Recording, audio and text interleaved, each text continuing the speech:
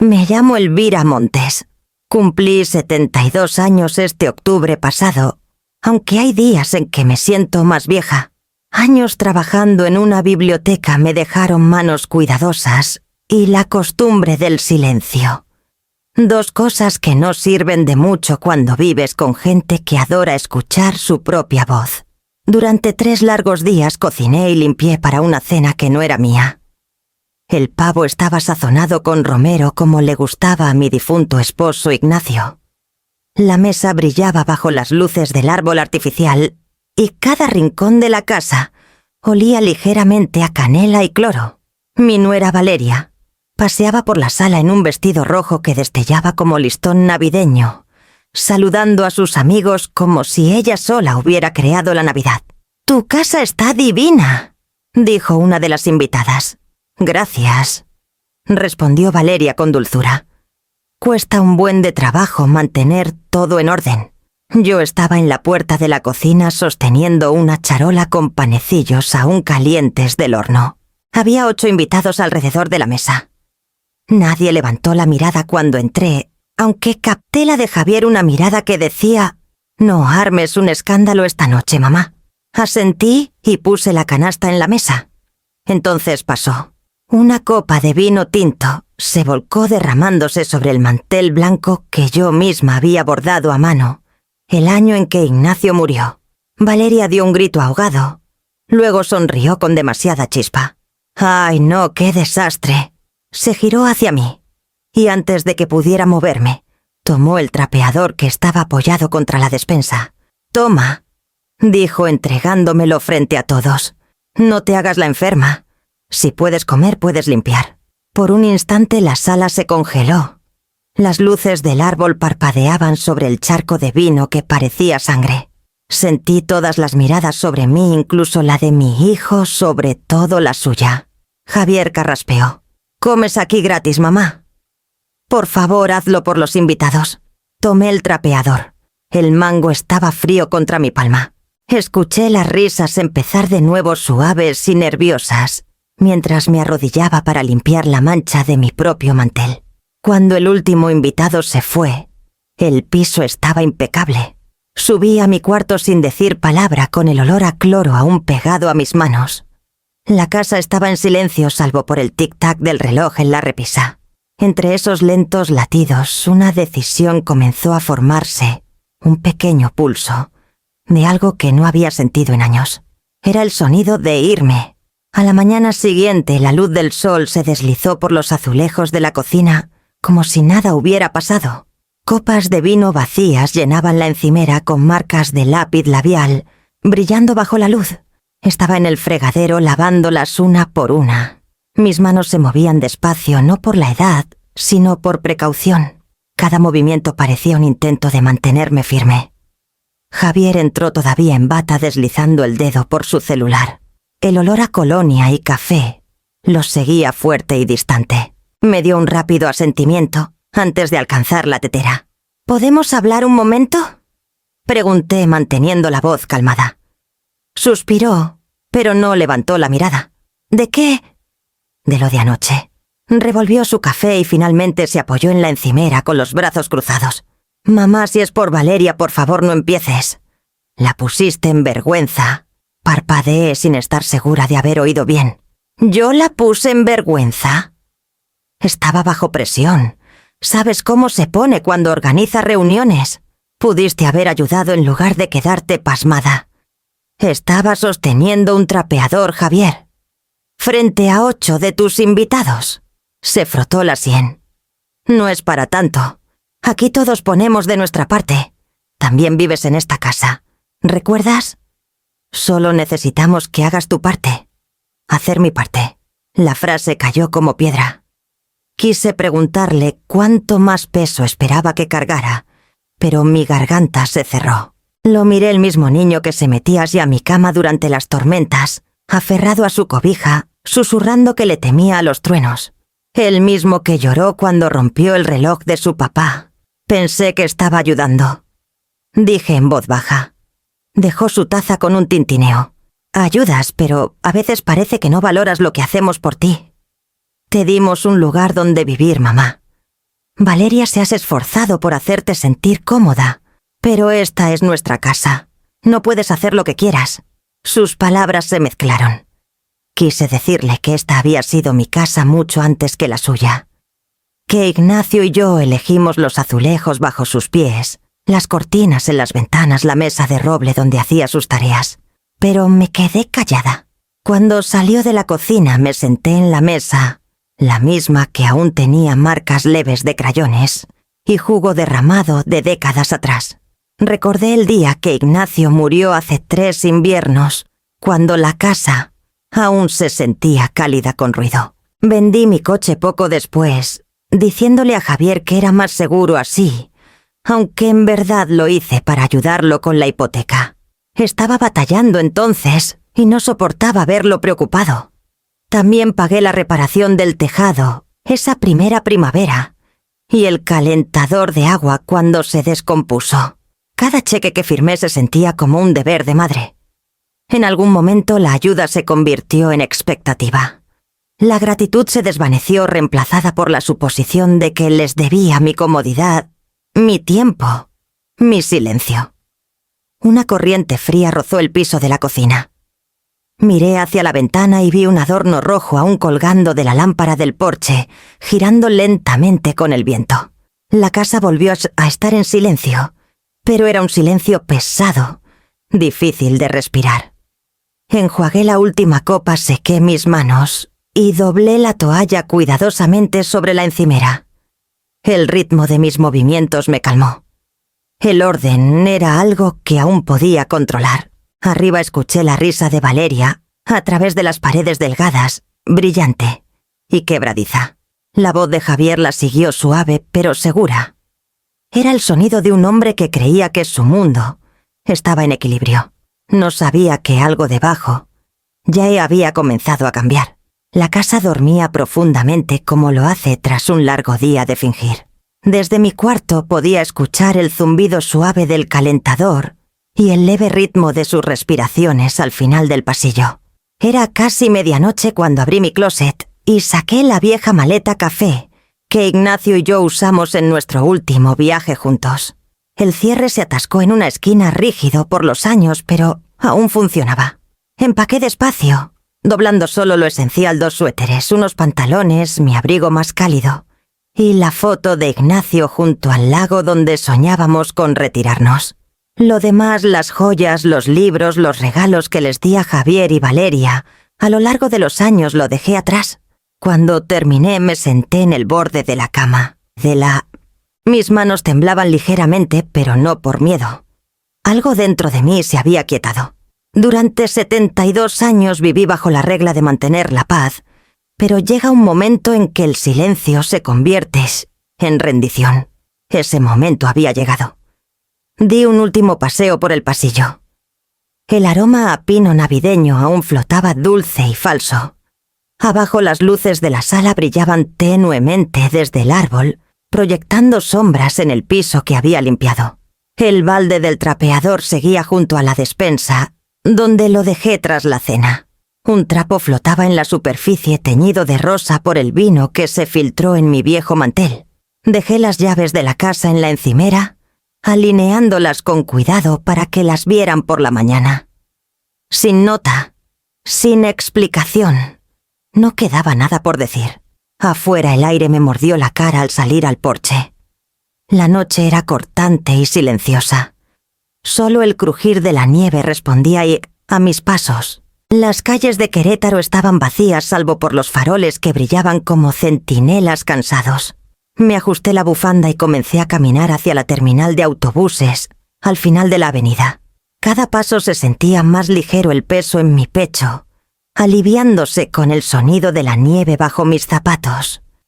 Pensé en la primera vez que Ignacio me trajo a esta ciudad, cómo las montañas parecían abrazar el pueblo, cómo se sentía seguro. Esa noche ese mismo paisaje parecía desconocido, amplio y frío, pero no me asustaba. Pasé por la panadería donde solía comprar conchas para Javier cuando era pequeño. Sus ventanas estaban oscuras, ahora el letrero apenas visible bajo la escarcha. Por un segundo mi garganta se apretó, pero seguí caminando. El viento traía un leve olor a leña, y a lo lejos una campana de iglesia. Sonó una vez, cuando llegué a la terminal. El primer autobús de la mañana no salía hasta dentro de una hora. Me senté en una banca dentro de la pequeña sala de espera con mi maleta y a mis pies. El calentador zumbaba débilmente, y la luz del techo parpadeaba. Junté las manos para darme calor, y dejé que mi respiración se estabilizara. Afuera la nieve seguía cayendo suave, infinita y limpia. Observé cómo cubría las huellas que dejé en la banqueta hasta que no quedó rastro de mí. El letrero del motel parpadeaba contra la luz gris del amanecer, con letras rojas medio apagadas. Subí mi maleta por una escalera angosta con la alfombra gastada por años de pasos. La habitación 214 olía ligeramente a detergente y aire viejo. El calentador traqueteaba como tren lejano, pero funcionaba lo suficiente para descongelar mis dedos. Dejé la maleta junto a la cama y me quedé de pie un momento sin saber qué hacer conmigo misma. El silencio se sentía cercano, pero no cruel. Por primera vez en años no había pasos en el pasillo ni voces llamándome desde otra habitación, ni nadie preguntando dónde había puesto algo. Solo el zumbido bajo del calentador y el leve goteo del grifo. Llené la cafetera pequeña con agua del grifo y esperé a que gorgoteé.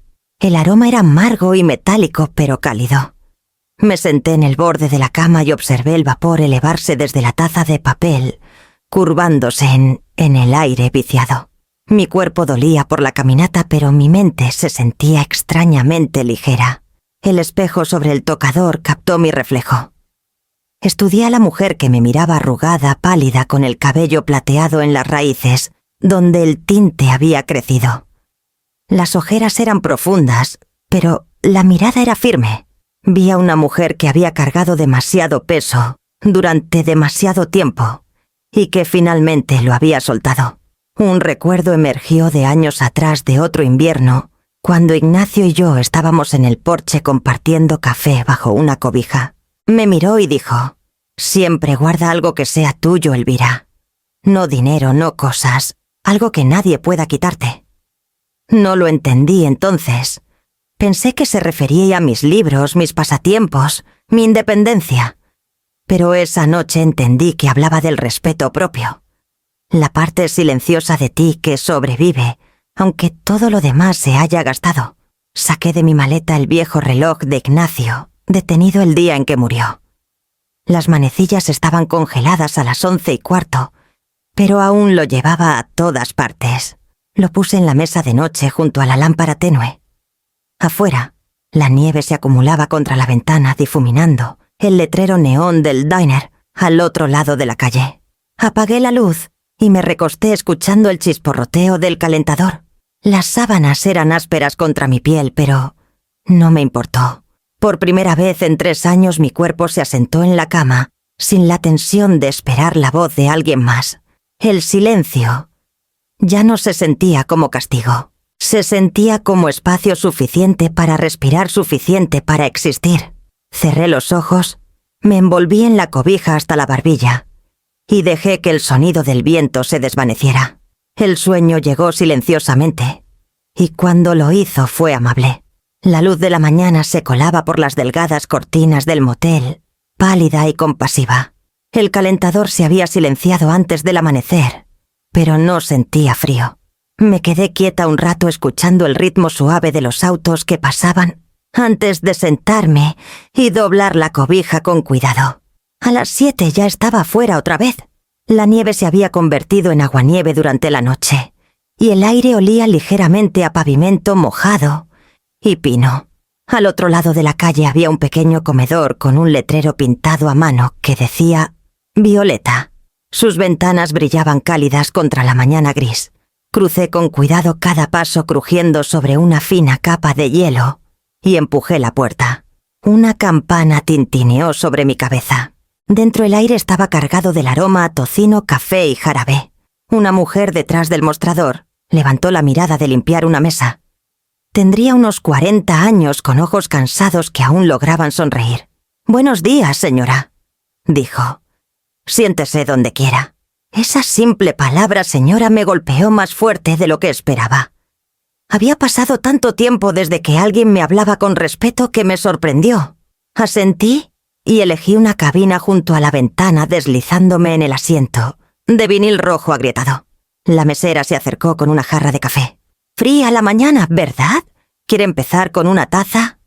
«Sí, por favor», dije. Mi voz salió áspera como si no la hubiera usado en mucho tiempo. Vertió el café el vapor elevándose entre nosotras. «¿Está de paso? ¿O se queda por aquí un rato?» «No estoy segura todavía», admití. «Bueno, tómelo con calma. Aquí no hay prisa». Me dio un menú de papel y se alejó saludando alegremente a un hombre mayor en el mostrador. Miré la taza de café por un largo momento antes de dar un sorbo. Era demasiado fuerte, algo quemado, pero se sentía como consuelo. Podía escuchar el murmullo bajo de las conversaciones a mi alrededor, la risa fácil de dos trabajadores desayunando, una madre calmando a su pequeño, el siseo suave del tocino en la plancha. Nadie me exigía nada. Nadie vigilaba lo que hacía o corregía cómo lo hacía. Cuando llegó mi pedido, un omelete de jamón y queso con pan tostado, comí despacio. Cada bocado era deliberado, como si necesitara recordarme que podía elegir el ritmo de mi propia mañana. La mesera pasó una vez a rellenar mi taza. «¿Todo bien, señora?», preguntó. «Perfecto», dije. Y por primera vez en meses era cierto. Me quedé mucho después de que mi plato estuviera limpio, viendo la nieve derretirse fuera de la ventana. Entró una pareja joven tomada de la mano aún espolvoreada de escarcha. Reían por algo pequeño, algo privado. Me sorprendió lo fácil que podía ser la risa cuando no se usaba como arma. Mi mente volvió a Javier y Valeria, probablemente aún dormidos en la casa que yo ayudé a mantener cálida. Imaginé el lugar vacío en la encimera donde dejé las llaves.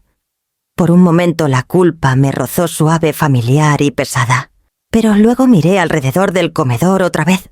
La mesera charlaba con el cocinero, su voz ligera y amable. Alguien en una esquina soltó una risita por una tira cómica del periódico. Me di cuenta de que la culpa que cargaba era solo otra forma de correa. Si no la cortaba pronto, me encontraría de vuelta donde escapé.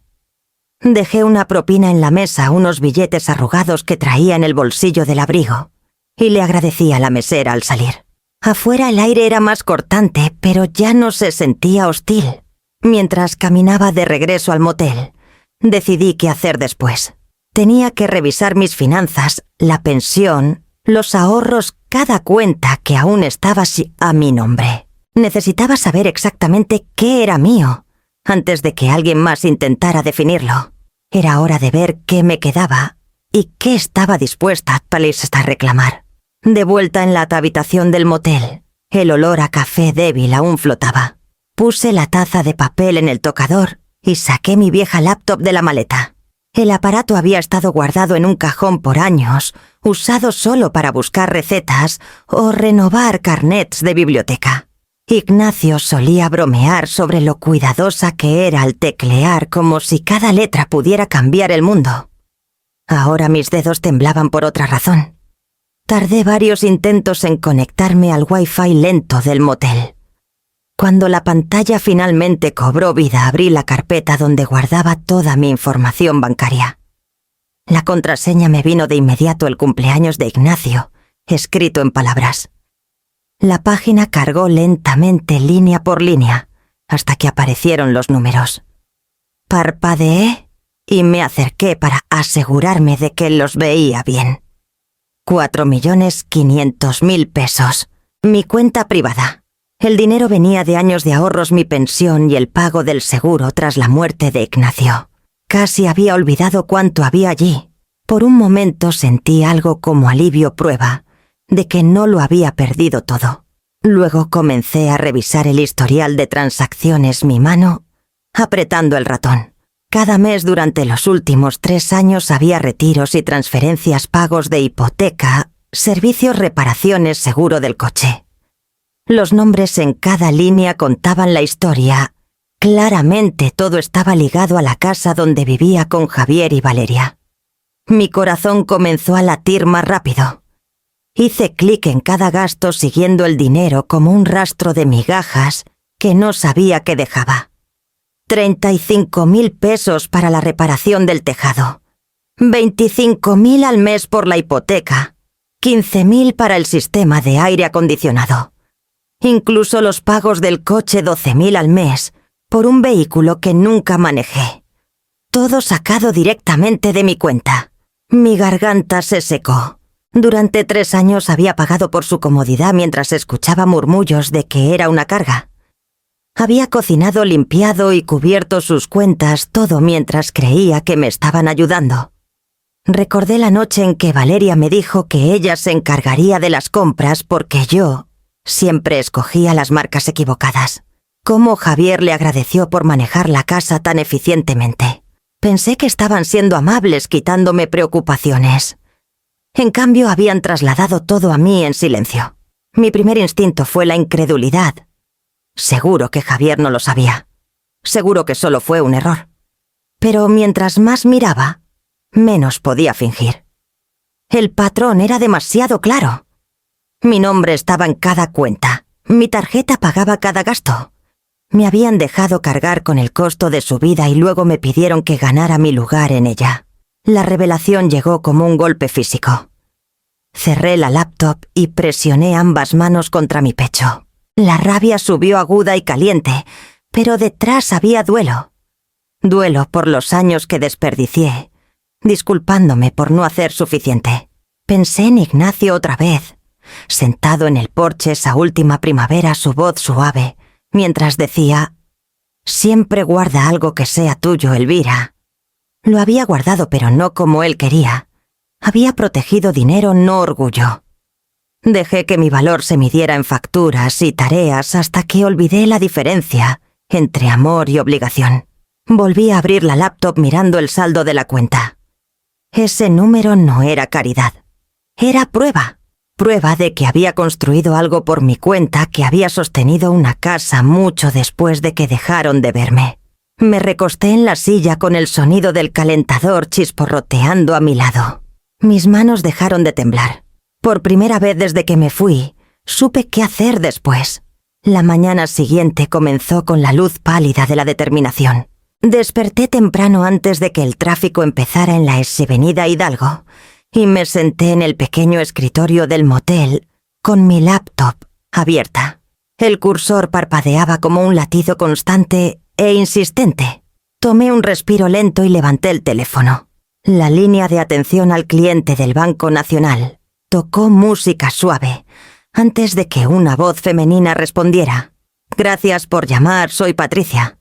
¿En qué puedo ayudarla hoy?», dudé un momento. Luego dije: «Buenos días. Me llamo Elvira Montes. Quiero cancelar todas mis transferencias automáticas, todas sin excepción». Su tono cambió ligeramente, volviéndose cuidadoso pero cortés. «Todas, señora. ¿Le gustaría especificar cuáles?». No dije. «Todas las que estén ligadas a mi cuenta. Hipotecas, servicios, seguros, cualquier retiro recurrente. Cancélelos a partir de hoy». Escuché el leve tecleo de su lado. «Entendido. Déjeme un momento para revisar su expediente». El silencio que siguió se sintió como estar al borde de un precipicio. Miré los números aún abiertos en la pantalla de mi laptop. 4.500.000 pesos. Parecía menos dinero y más un mapa de todo lo que había soportado. Patricia regresó. «Señora Montes, veo varios pagos mensuales. El total suma unos 60.000 pesos al mes. ¿Le gustaría una confirmación por escrito una vez que se cancelen?» «Sí. Por correo electrónico y en papel, por favor». «De acuerdo. Se procesarán en las próximas 24 horas». Solté un suspiro silencioso que no sabía qué contenía. «Gracias, Patricia». «De nada, señora. Puedo preguntar la razón de las cancelaciones, solo para nuestro registro». «Ya no voy a financiar la comodidad de otros», dije suavemente. Hubo una pausa. «Entendido», respondió su voz baja y amable. Tras la llamada me quedé quieta un momento. El calentador traqueteaba en la esquina, pero el sonido ya no me molestaba. Sentí un leve temblor en mis manos, no de miedo esta vez, sino de liberación. A media mañana estaba en la sucursal bancaria más cercana.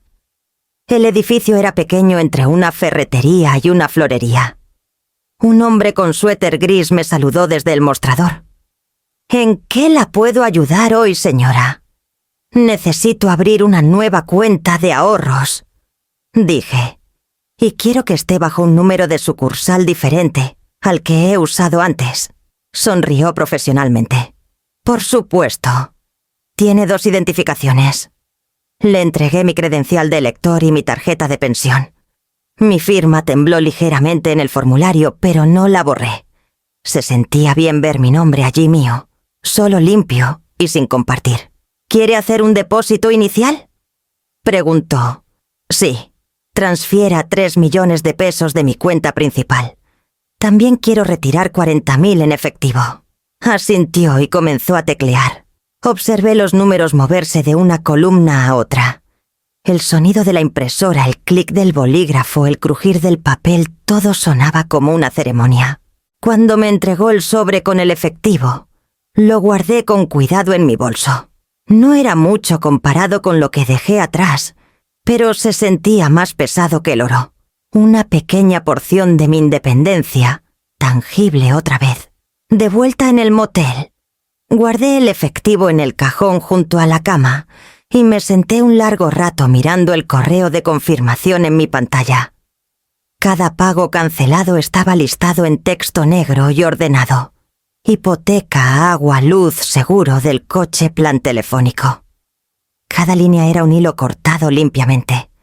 Durante 3 años me dije que me quedaba por la familia, por amor, por la ilusión de pertenecer. Pero el amor construido sobre servidumbre nunca fue amor. Lo que compré fue silencio, y el silencio casi me cuesta a mí misma. Ahora, con las transferencias canceladas y las cuentas separadas, el ruido se había desvanecido. El mundo se sentía más grande, más ligero. La rebelión que había montado parecía solo papeleo para cualquiera, pero para mí era la revolución más silenciosa de mi vida. Cerré la laptop, me recosté en la silla y dejé que la luz de la tarde llenara la habitación. Mis manos aún temblaban, pero finalmente eran lo suficientemente firmes para pertenecerme solo a mí. Cuando el sol salió sobre Querétaro, la casa en la calle Nogales ya no estaba en silencio. Valeria estaba en la cocina con el teléfono pegado a la oreja, su tono agudo y apresurado. Javier estaba sentado en la mesa en bata, revisando el correo con el ceño fruncido.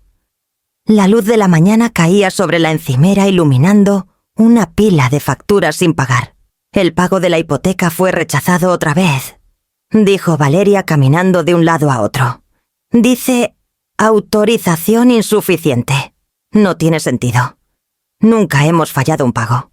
Llama al banco», murmuró Javier frotándose las sienes. «Ya lo hice. Dijeron que la transferencia automática fue cancelada». Se giró con los ojos abiertos. «¿Crees que tu mamá hizo algo?». Él levantó la mirada bruscamente. ¿Qué podría hacer ella? Sí, la cuenta Steve cuenta a su nombre, pero no la tocaría sin decirnos. La voz de Valeria subió. Se fue en medio de la noche, Javier. No contesta las llamadas. Las llaves estaban en la encimera. Está claro que está molesta.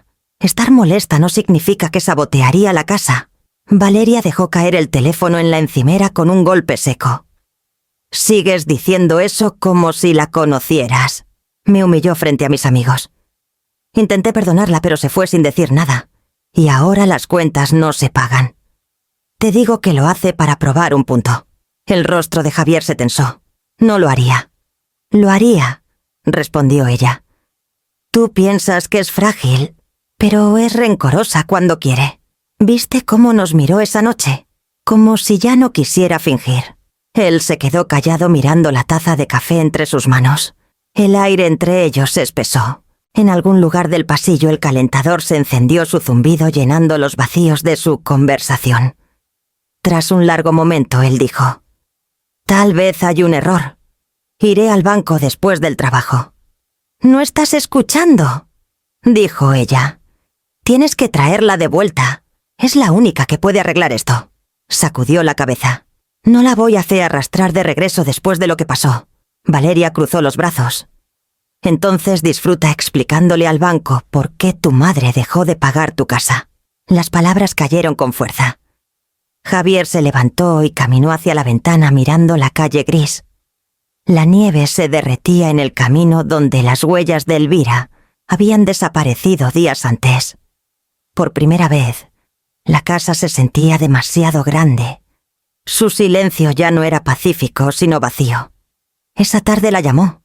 La llamada fue al buzón de voz. Luego otra. Luego un mensaje. «Mamá, necesitamos hablar. Por favor, llámame». Cuando no hubo respuesta, envió otro. «Valeria está preocupada. El banco dice que los pagos se detuvieron. ¿Podemos arreglar esto?» Al otro lado de la ciudad, en la pequeña habitación del motel, en la avenida Hidalgo, mi teléfono vibró contra la mesa. Vi la pantalla encenderse con su nombre. Por un breve momento pensé en contestar. Luego no lo hice. El silencio se sentía más limpio que las palabras. Para la noche apagué el teléfono por completo. Fui al comedor al otro lado de la calle y pedí la cena, un plato de sopa de pollo y un pequeño pedazo de pay.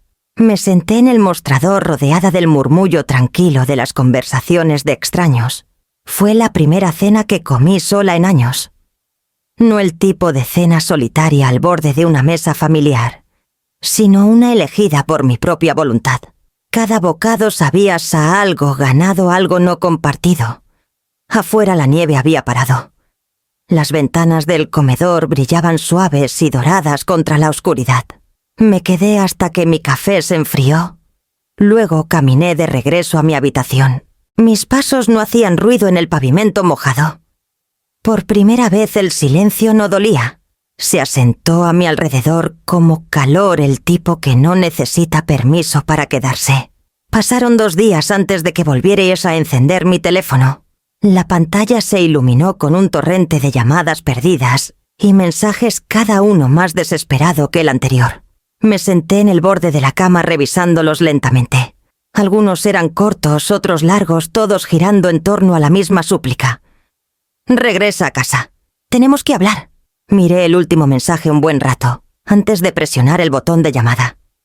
La línea sonó 2 veces, antes de que la voz de Javier irrumpiera sin aliento por el alivio. «Mamá, gracias a Dios». «¿Dónde estás? Estoy bien», dije. «Eso es todo lo que necesitas saber. No puedes simplemente desaparecer así». «Valeria está preocupada. Pensamos que te pasó algo». «Seguro que están preocupados», dije manteniendo el tono firme. «Sobre todo ahora que las cuentas no se pagan solas». Hubo una pausa larga e incómoda al otro lado. «¿De qué hablas?» Me recosté en la silla viendo la nieve caer por la ventana. «Hablo de la hipoteca, los servicios, los pagos de tu coche, las primas de seguro. Durante 3 años Javier he cubierto cada uno de ellos». «No es cierto», dijo rápidamente. «Los pagos salen de la cuenta de la casa. Nosotros hemos manejado todo. Esa cuenta es mía», dije. «Tu nombre ni siquiera está en ella. Las transferencias se configuraron desde mi saldo personal, el que tiene el dinero del seguro de tu papá y mis ahorros». Revisé cada registro. «He pagado por su comodidad mientras me llamaban una carga». Su voz subió. «No estás equivocada. No entiendes cómo están configuradas las cuentas. Valeria maneja todo eso. Entiendo perfectamente. Lo que no entiendo», dije suavemente, «es cómo pudiste sentarte allí y dejarme fregar tus pisos, pagar tus cuentas, y aún creer que me estabas ayudando». «Mamá, para. Por favor, no lo digas así. Solo digo la verdad». Se quedó callado otra vez. Podía escuchar su respiración pesada e irregular. «Si eso es cierto», dijo finalmente, «¿por qué no me lo dijiste? ¿Por qué no dijiste algo?» «Porque quería creer que mi hijo aún me veía como su madre», dije. «No como un número de cuenta con pulso». «No lo sabía», dijo débilmente. «Valeria, ella me dijo que todo estaba arreglado. Pensé que contribuías un poco, no que pagabas todo». «Ella lo sabía», respondí. «Y si tú no es porque no quisiste». Lo intentó de nuevo con la voz quebrándose ahora. Mamá, por favor, arreglemos esto. Podemos sentarnos a resolverlo. No tienes que estar sola. No estoy sola, dije. Por primera vez en años no estoy sirviendo al silencio de nadie. No puedes cortarnos así. Perderemos la casa. Valeria ya está en pánico. La casa es tuya, Javier. También las cuentas. He dejado de pagar por lo que ya no me pertenece. Exhaló con fuerza. Estás enojada, lo entiendo, pero podemos solucionarlo. Dime que quieres dinero. Una disculpa, lo que sea. Lo haremos bien. No se trata de dinero, dije. El respeto no es un préstamo que puedas devolver. Es una línea que cruzas solo una vez. No respondió. El silencio se alargó pesado con todo lo que nunca se diría. Mamá susurró finalmente. Por favor, regresa a casa. Miré la nieve cayendo al mundo que ahora se sentía más amplio, porque no me encerraba. No dije. El hogar dejó de ser mío cuando me pidieron que ganara mi lugar en él. Terminé la llamada, apagué el teléfono y dejé que el silencio se asentara otra vez. El aire en la habitación se sentía limpio, casi nuevo. En algún lugar profundo de mi pecho, el dolor que había vivido allí por años comenzó a aflojarse. 3 mañanas después de la llamada estaba sirviéndome una segunda taza de café en el comedor del motel, cuando sonó mi teléfono. El número era desconocido local y traía un tono de formalidad antes de que siquiera contestara. Señora Montes, soy Marcos Benítez, abogado representando a su hijo Javier Montes y su esposa Valeria. Dejé la taza lentamente. Sí, señor Benítez. ¿En qué puedo ayudarlo? Carraspeó con esa cautela que usa la gente cuando cree que está siendo diplomática. Su hijo y su nuera me pidieron contactarla en su nombre. Están preocupados por algunos malentendidos financieros que han surgido recientemente. ¿Malentendidos? Repetí. Sí. Entiendo que ha habido cambios en ciertos pagos automáticos y gastos compartidos. Me pidieron que facilite una conversación que pueda restaurar la armonía familiar. Las palabras restaurar la armonía familiar casi me hicieron reír. No había oído tanta cortesía para cubrir tanta arrogancia desde los días de negocios de Ignacio. ¿Y qué quieren exactamente que haga? Señor Benítez Bueno, comenzó suavemente. Solo piden que reanude sus contribuciones financieras, temporalmente, solo hasta que todos puedan sentarse y aclarar la confusión. Dicen que se fue de manera repentina y están ansiosos por enmendarse una vez que las cosas estén estables. Tomé un respiro lento. Señor Benítez, ¿tiene un correo electrónico? Por supuesto. Bien, por favor, quédese en la línea. Le enviaré algo ahora mismo. Dudo. De acuerdo. Abrí mi laptop, inicié sesión en mi cuenta y adjunté 3 archivos copias de las transferencias bancarias, facturas de reparaciones y estados de cuenta de servicios de los últimos 3 años. La lista era larga. Pagos de hipoteca de 25.000 pesos al mes, pagos del coche, luz, agua, gas y hasta el tejado nuevo que pagué de mi bolsa. Cada línea estaba claramente etiquetada con mi nombre. Acabo de enviarle la documentación, dije. Por favor, revísela mientras hablamos. Hubo silencio al otro lado por casi 1 minuto, entero roto solo por el leve sonido de su desplazamiento. Cuando habló de nuevo, su voz había cambiado. Señora Montes, ¿estos son sus pagos personales? Sí, todos. La cuenta está únicamente a mi nombre. Durante 3 años pagué para mantener su hogar, su comodidad, sus apariencias. No hay confusión, señor Benítez, solo dependencia que ya no elijo sostener. Entiendo, dijo en voz baja. No mencionaron este nivel de involucramiento financiero. Me lo imaginaba, respondí. La gente rara vez llama dependencia a lo que les beneficia. Otra pausa. Cuando habló de nuevo su voz era cuidadosa, casi apologética. Señora Montes, creo que esto es un asunto que se resuelve mejor en privado dentro de su familia. Informaré a mis clientes que un contacto legal adicional no es apropiado. Eso sería prudente, dije. Entendido. Y si me permite, sus registros son notablemente detallados. Vieja costumbre, dije suavemente. Ignacio siempre creyó en guardar los recibos. Terminamos la llamada en términos cordiales. Cerré la laptop y me quedé sentada un rato con el sonido de la televisión del motel filtrándose débilmente desde la habitación vecina. Por primera vez en mucho tiempo no solo me sentí libre, sino intocable. La verdad estaba escrita claramente en blanco y negro y ya no necesitaba que la defendiera. El golpe así llegó justo después del atardecer. Estaba leyendo junto a la ventana el mismo capítulo por casi una hora cuando el sonido me sobresaltó.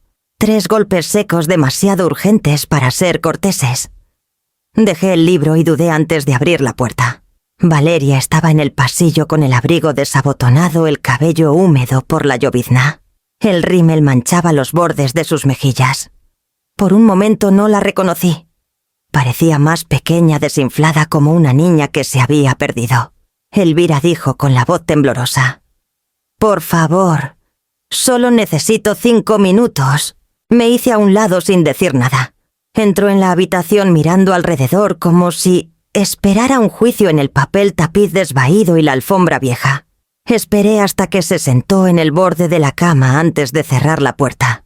«Javier me dijo dónde estabas», dijo retorciendo un pañuelo en las manos. «Está muy preocupado». «Los dos lo estamos». «Seguro que sí», dije en voz baja. Sus ojos se alzaron ya a la defensiva. «Te fuiste sin decir nada. El banco ha estado llamando. Las cuentas». «Son de ustedes», dije. «Todas suyas». Abrió la boca, luego la cerró. Por un instante la máscara se deslizó y vi algo afilado en su mirada, enojo, luchando por quedarse escondido tras la lástima. «No vine a pelear», dijo finalmente. «Vine a disculparme». No dije nada. Tomó un respiro tembloroso. «No debí hablarte así en Navidad. Estaba estresada y tomé demasiado vino. Se suponía que sería una noche bonita. Me pusiste en vergüenza frente a mis amigos». «Yo te puse en vergüenza», repetí lentamente. No lo dije como sonó. Dijo su tono ahora apresurado, frágil y ensayado. Intentaba captar tu atención. Siempre tienes esa forma de tomar el control sin siquiera darte cuenta. Todos te quieren. Javier habla de ti todo el tiempo, lo que cocinabas, lo que decías, cómo manejabas las cosas, mejor que nadie. A veces siento que compito con un fantasma. Estudié su rostro, los ojos brillantes, el labio tembloroso. Era una buena actuación, casi convincente. «Estás celosa de una madre», dije suavemente. Alzó la barbilla. «Estoy celosa de ser la segunda en mi propia casa». «Entonces construiste tu casa sobre cimientos equivocados», dije. «El amor no es competencia, es conducta. Es como muestras cuidado cuando nadie te ve. Intentaste ganar humillándome, pero el respeto no es un trofeo, es una práctica». Se tensó las lágrimas secándose en algo más frío. «Tú haces que todo suene tan noble, pero siempre has querido control sobre Javier, sobre esa casa, sobre nuestras vidas. Esto es solo otra forma de tenerlo. Nos estás castigando». La miré con calma. «Ya no me castigo por las decisiones que ustedes tomaron. Si perder mi dinero te parece un castigo, tal vez deberías preguntarte por qué». Su rostro enrojeció. «Piensas que eres mejor que yo», no dije poniéndome de pie. Solo dejé de permitir que me traten como menos. El silencio que siguió fue tenso eléctrico. Se levantó abruptamente golpeando la pata de la silla contra la pared. El pañuelo en su mano se rompió dejando pedazos húmedos esparcidos en la alfombra. «Te vas a arrepentir», dijo finalmente. «Estás vieja y sola y cuando necesites a alguien, él no vendrá. Entonces al menos sabré dónde estoy parada», dije. Me miró un largo momento, sus ojos endureciéndose. Luego se giró y caminó hacia la puerta, sus pasos agudos e irregulares. En el umbral se detuvo como esperando que la detuviera. No lo hice. Cuando la puerta se cerró tras ella, vi la leve mancha de rímel que su mano dejó en la perilla. Brillaba negra bajo la luz de la lámpara, un rastro de disculpa, enojo y algo amargo que se negaba a desvanecerse. Volví a sentarme junto a la ventana. Afuera la lluvia había parado, pero el aire aún brillaba con lo que había pasado. El mundo estaba en silencio otra vez, y lo dejé estar. La carta llegó 3 días después de la visita de Valeria. Estaba dentro de un sobre blanco sencillo, reenviada desde mi antigua dirección con una letra familiar y firme. No había visto el nombre de Clara Benavides en años. Era la prima de mi difunto esposo, aunque con el tiempo se había convertido más en una hermana para mí. Me senté en la cama, desdoblé la carta y leí despacio. Elvira, me enteré por una amiga en Querétaro que has pasado por tiempos duros. No sé todos los detalles, pero sé reconocer la pérdida de paz de propósito de hogar. Si necesitas un lugar para descansar, mi puerta en Mérida está abierta. Me vendría bien compañía en la librería. Se pone solitario en los meses tranquilos. No me deberás nada. Con cariño, Clara. Sus palabras eran simples sin lástima, pero removieron algo profundo en mí. Leí la carta 2 veces. Luego la puse junto a la taza de café vacía. Mérida. El nombre mismo cargaba calor. Casi podía escuchar el sonido del río y oler la dulzura húmeda de los árboles de ceiba. No había visto a Clara desde el funeral de Ignacio. Me envió flores entonces con una nota escrita a mano que decía: «Encontrarás tu equilibrio otra vez». Nunca respondí. El duelo había tragado mi voz por años. Esa noche marqué el número escrito al pie de la carta. Contestó al segundo timbre su voz exactamente como la recordaba, firme, sin prisa, como si me hubiera estado esperando todo este tiempo. Elvira dijo: «Esperaba tu llamada. No estaba segura de que aún quisieras saber de mí». «Claro que sí», dijo. «Has estado en mi mente por semanas. ¿Cómo estás sobrellevándolo?», dudé. «Sobreviviendo». «No es suficiente para ti», dijo suavemente. «Tú naciste para más que sobrevivir». Hablamos por casi 1 hora. Me contó sobre su pequeña librería en la calle Montejo, cómo la manejaba casi sola ahora. Su esposo Esteban había fallecido 4 años antes. Dijo que organizaba clubes de lectura los jueves, lecturas de poesía los domingos, y a veces dejaba que los niños del vecindario se sentaran en el cuarto trasero a hacer tareas. «No es gran cosa», dijo, «pero está lleno de vida. Y tengo un cuarto de sobra arriba. Puedes quedarte todo el tiempo que necesites». «No quiero ser una carga», dije automáticamente. Su risa llegó suave por el auricular. «No serás una carga, serás compañía. Además, me vendría bien alguien que sepa organizar un estante como Dios manda. Estos estudiantes entran y apilan los libros como si fueran a hacer una fogata». Su calidez aflojó algo en mí que no sabía que seguía tenso. «Clara, no sé por dónde empezar de nuevo». «Empieza diciendo que sí», dijo. «Todo lo demás viene después». Después de colgar me quedé junto a la ventana un largo rato. Afuera el viento traía el olor a lluvia sobre el asfalto, y a lo lejos un tren hizo sonar su bocina baja y melancólica. Pensé en los años que dejé atrás, cómo se habían difuminado en servicio, en silencio, en disculpas cuidadosas. Mérida sonaba como la luz del sol tras un largo invierno. Aún así, la idea de mudarme se sentía peligrosa. Había pasado tanto tiempo atrapada en las definiciones de utilidad de otros que la libertad misma parecía sospechosa, como un regalo, con condiciones que aún no podía ver. Doblé la carta de Clara y la puse en mi bolso junto al reloj de Ignacio. Luego abrí mi pequeño cuaderno y comencé a hacer una lista no de tareas o cuentas, sino de posibilidades. Ruta de autobús a Mérida. Costo de rentas. ¿Qué llevar? Cada línea me estabilizaba. Casi podía verme allí tras un mostrador lleno de novelas, escuchando el roce de las páginas, el murmullo de extraños volviéndose amigos. Esa noche volví a que empacar mi maleta. Era más ligera esta vez. Dejé atrás la mitad de la ropa que traje, quedándome solo con lo que sentía necesario. Antes de apagar la luz revisé el horario de autobuses en línea. Una ruta matutina salía de Querétaro a las 8:30 y llegaba a Siteas a Mérida por la noche. Mientras el motel se aquietaba, susurré a la habitación vacía. Tal vez esta vez no estoy dejando algo, estoy yendo hacia algo. Puse la alarma, cerré los ojos y dejé que el pensamiento me llevara al sueño. Pasaron 3 semanas desde que llegué a Mérida. Las mañanas se habían asentado en un ritmo tranquilo café en el mostrador de la librería, el sonido de Clara tarareando, mientras desempacaba cajas de libros nuevos, la comodidad silenciosa de pertenecer a un lugar donde nadie esperaba un pago. Estaba aprendiendo a vivir sin disculpas. Ese día estaba etiquetando un estante de libros de historia local cuando la puerta de la librería se abrió.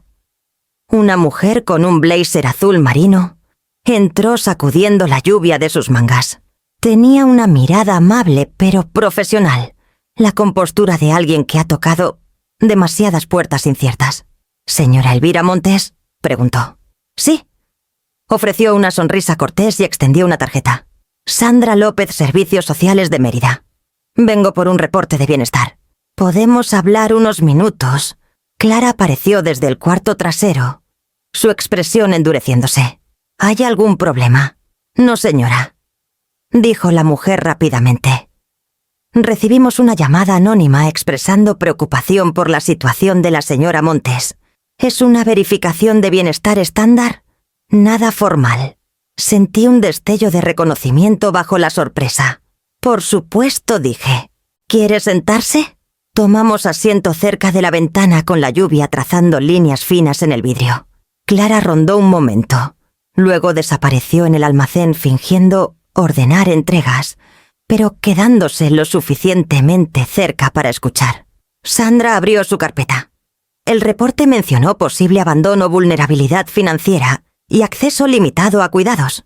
Sé que estas llamadas pueden ser incómodas, pero debemos confirmar el bienestar de una persona. «Entiendo», dije con calma. «Pregunte lo que necesite». Miró alrededor de la librería. «¿Trabaja aquí? ¿Ayudo a mi prima a medio tiempo? Estoy jubilada. ¿Tiene una vivienda estable?» «Sí. Vivo arriba con Clara. Compartimos los gastos, aunque podría manejarlos sola si fuera necesario». Su pluma se detuvo. «¿Tiene una fuente de ingresos?» Asentí. «Recibo una pensión y tengo ahorros sustanciales. Si quiere documentación, puedo mostrarle los registros de la cuenta. No es necesario a menos que se sienta cómoda compartiéndolos», dijo. «Pero ayuda a saber que está financieramente segura». Sonreí levemente. Más segura que quienes hicieron ese reporte, me imagino. Me miró sorprendida por mi calma. «¿Sabe quién lo hizo?» «Puedo adivinar». Sandra dudó. «Familia sí», dije suavemente. «Mi hijo y su esposa. No tomaron bien mi independencia». Su expresión se suavizó. «No es raro, desafortunadamente. A veces los familiares malinterpretan lo que significa ayudar». «Seguro que sí», dije. En su caso, ayudar significaba control. Cuando dejé de pagar sus cuentas, lo confundieron con abandono. Hizo una nota en su expediente, luego cerró la carpeta con suavidad. «Señora Montes parece saludable, lúcida y bien cuidada. No veo señales de negligencia o dependencia. Lamento que alguien la haya hecho pasar por esto». «No hay problema», dije. No querían hacer daño, querían recuperar lo que perdieron. «¿Y qué es eso?» «Autoridad», dije, la que se esconde tras la preocupación. Por un momento ningún acto habló. La lluvia se suavizó contra la ventana convirtiéndose en neblina. Clara regresó con 2 tazas de café y las puso en la mesa sin decir nada. Sandra aceptó la suya con un asentimiento. «Le sorprendería cuántos casos comienzan así», dijo. «Adultos mayores reportados como vulnerables cuando solo están reclamando su control». «Lo creo», respondí. «A la gente rara vez le gusta cuando alguien de quien depende deja de disculparse por existir». Dio una pequeña sonrisa. «Si sirve de algo, cerraré este reporte hoy. No es la víctima aquí, señora. Es la sobreviviente». Sus palabras aterrizaron suavemente, pero profundamente. No me había dado cuenta hasta ese momento cuánto necesitaba escucharlas. Después de que se fue, Clara cerró la puerta con llave y se giró hacia mí. «Lo manejaste mejor que cualquiera que haya visto». «He tenido práctica», dije. Nos quedamos un rato en el silencio. El aire olía a lluvia y papel viejo. Clara finalmente preguntó: «¿De verdad no estás enojada?». Pensé en Javier y Valeria, sentados en su casa llena de facturas sin pagar y culpas no dichas. El enojo parecía demasiado pequeño para lo que sentía ahora.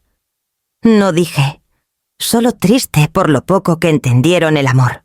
Esa noche, después de cerrar la librería, caminé por la calle empedrada junto al río. Las lámparas brillaban doradas en la niebla y la marea lamía suavemente la orilla.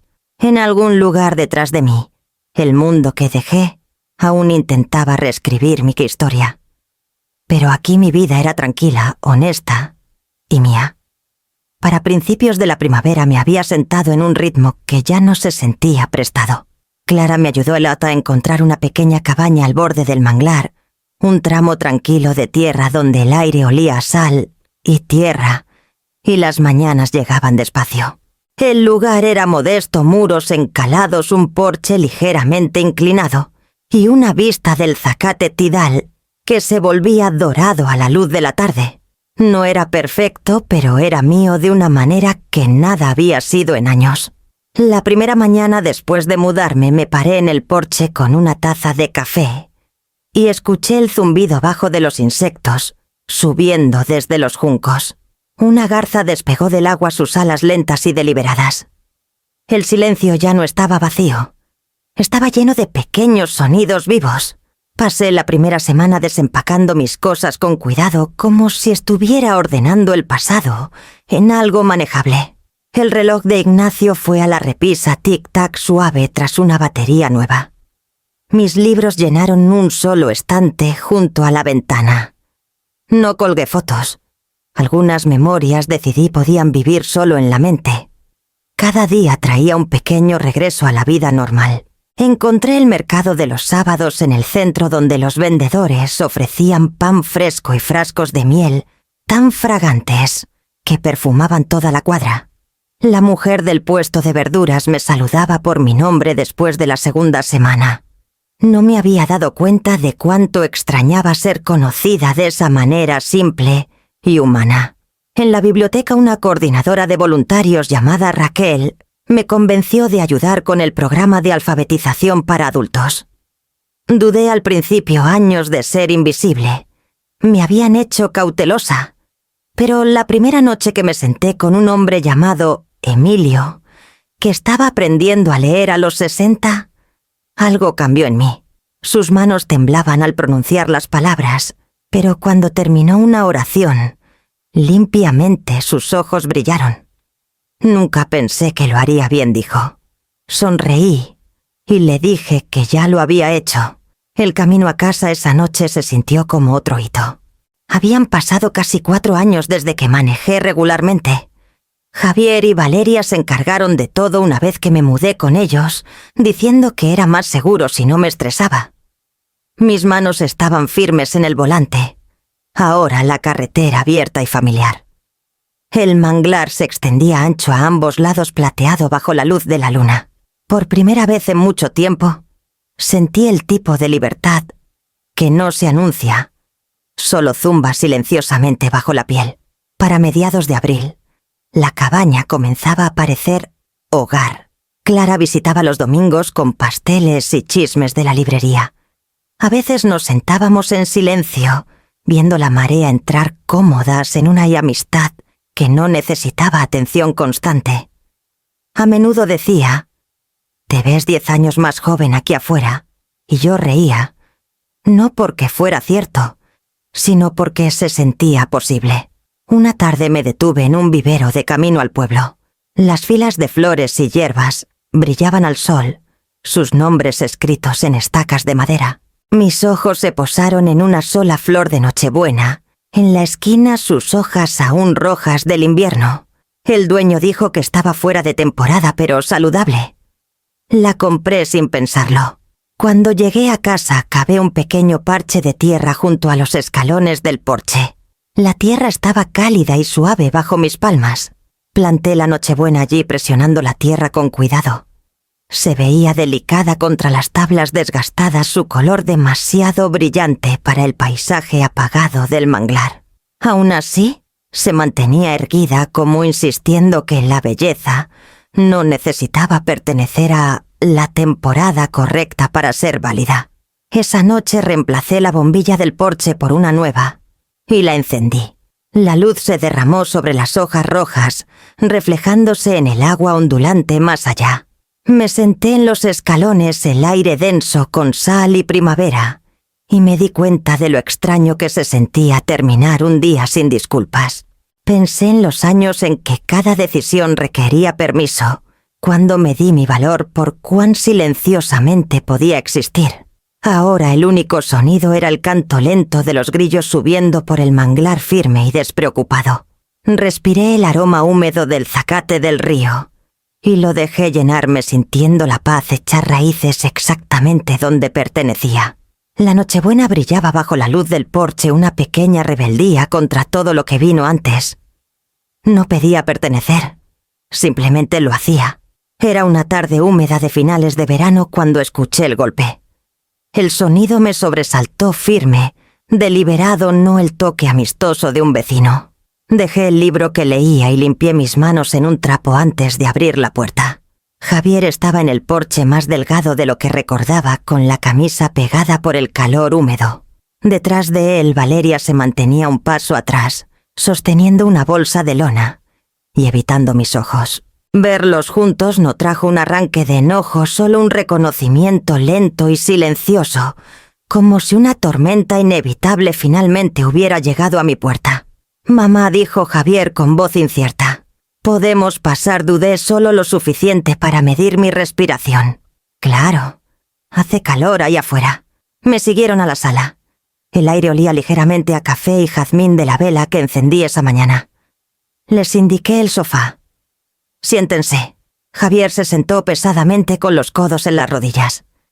Valeria se acomodó a su lado con las manos dobladas, cuidadosamente en el regazo, los ojos hacia el suelo. Por un momento nadie habló. El silencio entre nosotros se sentía como la distancia que había crecido con los años, medida no en kilómetros, sino en elecciones. Finalmente carraspeó. «Vinimos a verte. Ha pasado un tiempo». «Sí», dije. «Unos 6 meses, creo». Valeria logró una débil sonrisa. «¿Te ves?» «Bien». «Lo estoy», dije simplemente. Javier la miró antes de hablar de nuevo. «Perdimos la casa». Las palabras salieron planas, sin adornos. «Después de que detuviste los pagos intenté mantenerlos un tiempo, pero luego el trabajo de Valeria terminó. Y la hipotecaria, bueno, no esperaron». «Entiendo. Estamos en una renta ahora», continuó, «pero es temporal. Tuvimos que vender el coche y la mayoría de los muebles. Las cosas han estado difíciles».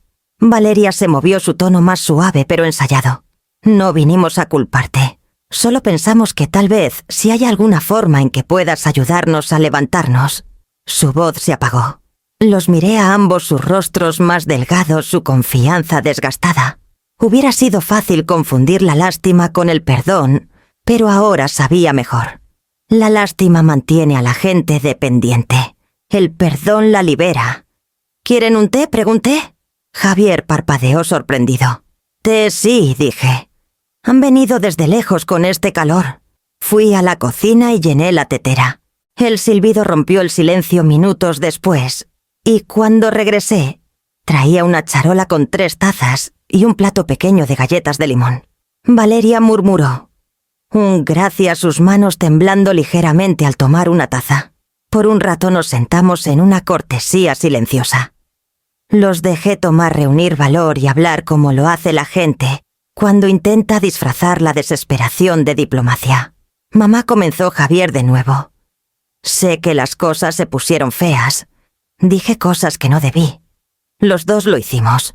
Pero tienes que entender, no es fácil empezar de nuevo a mi edad.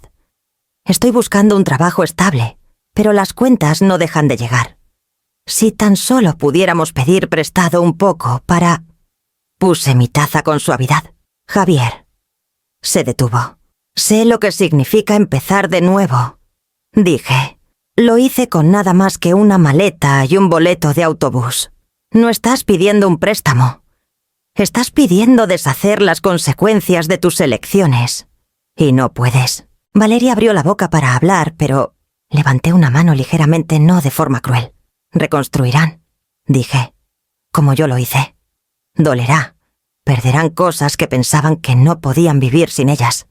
pero descubrirán que sí pueden. Sus ojos brillaron.